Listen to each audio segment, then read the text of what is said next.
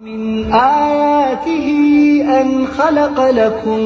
من أنفسكم أزواجا لتسكنوا إليها. cadceedu dhacday iyadoo xanuunsanaysa cadceedu u soo baxday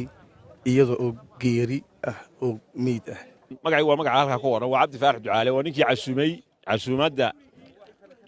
ninkii bixiyey inaan anigu caaqil ahaan waxaan saaka u soo toosay oon geerideeda xalitaanan ogeyn inaan caruuskeeda ka qayb galo oon bixiyo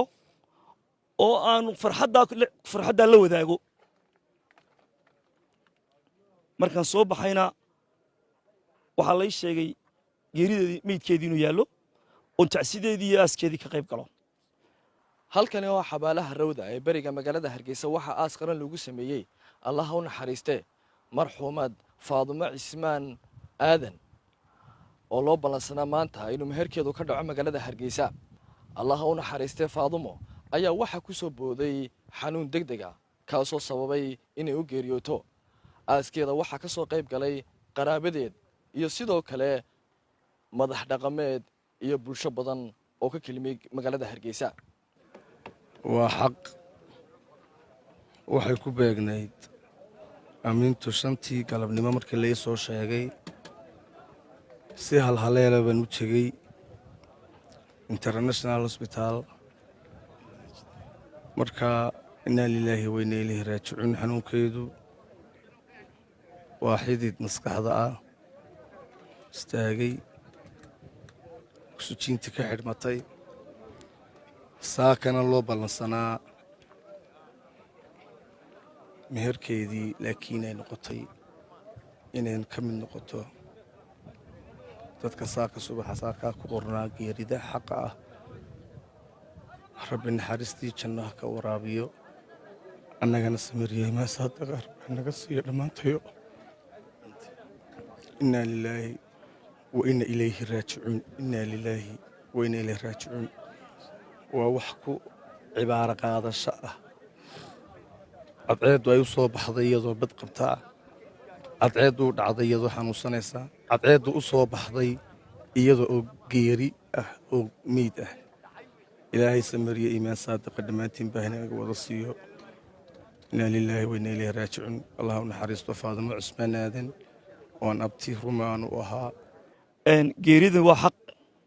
waana la garanaya qof kasta inuu dhimanayo qof kastaana wuu dhimanaya maalin buu leeyahay maalintaa ma dhaafayo laakiin geeriyaha qaar baa mucjiso ah qaar baa geeriyaha ayaa mucjiso ah oo u baahan qofku inuu ku cibro qaato oo qofku uu weynida iyo ilaahay quwadiisa oo ku qiro macnaha adduunyadana ku dhadhamiyo oo ku fahmaa qaar bay ku tusaysaa geeriyaha qaar dadku iyagoo dhimanayo geeridu xaqtay ayay macnaha geeriyaha qaar kale leeyihiin qaar ku tusayaan inay dadku inay tahay dadku cibro qaato inantaa maanta aynu aasanno waxay saaka bilaabmi lahaa noloshan ilaahay markuu keenay ee adduunyadana uu keenay ay muddo ku soo noolayd inay guri xalaala oo wanaagsan oo karaamo loo arsaaqad ubad iyo mid adduunyaba alla ku siiyo inay yagleesho hamigeedii ilaahay iyo nasiibkeedii ay ahayd inay maanta ay dhacdo ayaan rabbiga ilaahay allaha weyne qadarin waxayd maanta bishan iyo 10 tahay inaan anigu caaqil ahaan waxaan saaka u soo toosay oon geerideeda xalitaanan ogeyn inaan caruuskeeda ka qayb galo oon bixiyo oo aan farxaddaa la wadaago markaan soo baxayna waxaa lay sheegay geerideedii meydkeedii inuu yaallo oon tacsideedii iyo aaskeedii ka qayb galo macnaha halkaa ku jira waa cibraa ku jirta dadkeenna halkaa taagan iyo dadka halkaa fadhiya waxay ina tusinaysaa naftan ilaahay inaanay meel jirin waxna aynaan ogeyn qaflad kaga sugannay hamigeenna iyo waxaynu samaysanayno iyo halkaynu ku hamiyeyno halkaynu higsanayno waxa ilaahay qadaray iyo ta ilaahay ogayay baa ka rasmiye waxaynu biciidsanaynaa rasmi maaha laba habeen ka hor ayaan ogaaday in guursanaya ama u fadhiisanay inaan saaxiib nahay oo Khalid la yiraahdo xalayna waa la ila soo hadlay saaka abbaara 8 barkii subaxnimo anigoo doonaya 9 inaan baxo oo 10 tago Green Palace Hotel oo meher ku qoraa aymaan Facebook arkay kadibna waxaan arkay iyadoo tacsi loo dirayo waxaan garaacay markaas dad kamid ah dadkii meesha iman lahaa ama ku tala galshaa inay yimaadeen waa laga wada naxay waxay muujinaysaa sida aynu qorshaha iyo hadafka u leenahay tii ilaahayna meesha ay u tahay ay tahay inaynu ugu cibro qaadano sida naasay u caafimaad qabtay oo ay u wanaagsaneyd oo weliba rajada iyo jiilaan nooleed ay u ahayd ilaahay saymir yiman ka sii cidii jeclayd magacaygu waa magaca halkaa ku qoran waa cabdi faarax ducaale waa ninkii casuumadda ninkii bixiyey oo dadka ku soo casuumadda meherka baan ahay xalay waxaan ku kala seexannay dee farxad iyo dabaashaad iyo inaannu maaragtay aroortii gabadha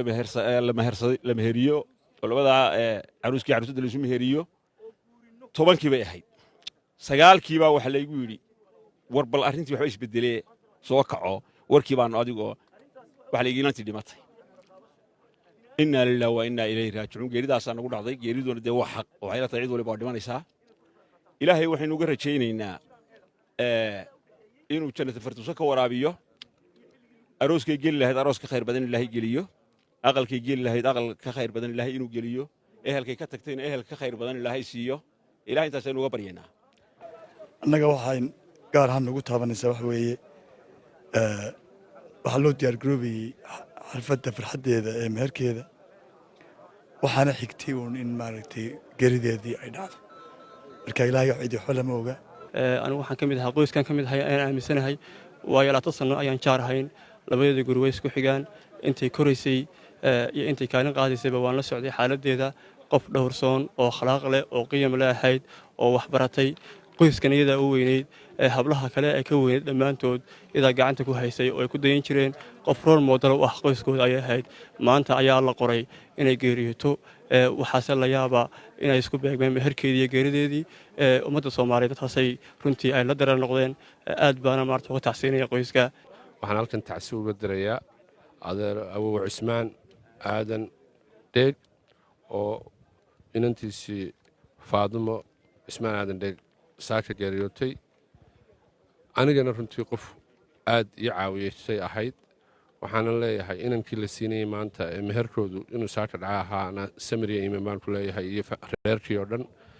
iyo reer Soomaaliland oo dhan tacsidan iyo geeridan waxay kaga yara duwanaydoon geeriyihii kale qof walba waa dhimanayaa inay maanta ay ahayd inay ku kulmeen aaskeedii iyo meherkeedii maalintii meherkeedii inaynu aasnay marka in lagu cibro qaato oo halkaa la eego oo qorshaha alleh weyn yahay mar walba unbaa muhiima waan dawga tacsiidana walaalkay gabadha maanta aan meherkiisa u kacaynay anaguna ka hawlibana qaban qaabiyaha in hawsha ku jiray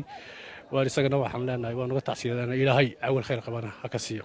allah u naxariistay Faadumo Cismaan Aadan ayaa si weyn looga direemay geerideeda